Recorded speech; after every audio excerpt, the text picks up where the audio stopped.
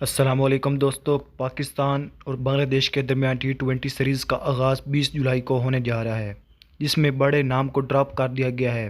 اس میں کچھ سازش نظر آ رہی ہے، جس میں میں آپ کو بتاؤں گا کون سے ایسے پلیئر ہیں جو پاکستانی ٹیم میں ڈراپ کیے گئے ہیں۔ جن میں اگر بات کریں تو سب سے پہلے بابر اعظم ہے، محمد رضوان ہے، شہنشاہ افریدی ہے، نسیم شاہ ہے اور شاداب خان ہے، اور ساتھ حسن علی بھی شامل ہیں۔ پاکستان اور بنگلہ دیش کے درمیان یہ سیریز 20 جولائی کو کھیلی جا رہی ہے۔ پاکستان کے یہ ٹاپ آرڈر جو بیسٹ مین تھے، جو کہ محمد رضوان اور بابر اعظم دنیا کے نمبر 1 پلیئر ہیں، کیا آپ کو لگتا ہے کہ بنگلہ دیش سیریز کے خلاف ان کو نہیں کھلانا چاہیے تھا؟ کیا پاکستان ٹیم میں اس وقت گروپ بندی کی جا رہی ہے یا کچھ زیادتیاں کی جا رہی ہیں جو ایسے پلیئرز کو باہر بھی؟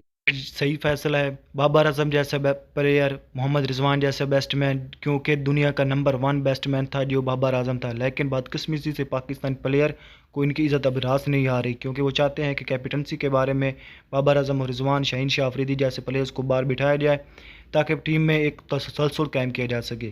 لیکن بابر اعظم جیسے بیسٹ مین جب ریٹائرمنٹ لے گا تو دیکھیں گے پاکستان ٹیم میں کون سا پلیئر ایسا ہے جو ان کی جگہ لے گا۔ یہ میرا کچھ سوال آپ کے لیے تھے جو کہ میں آپ سے لوگوں سے ویور سے پوچھنا چاہتا تھا۔ تھینکس فار واچنگ، اللہ حافظ۔ اگر آپ کو یہ ویڈیو ہماری اچھی لگی تو اس ویڈیو کو زیادہ سے زیادہ لائک کریں، شیئر کریں۔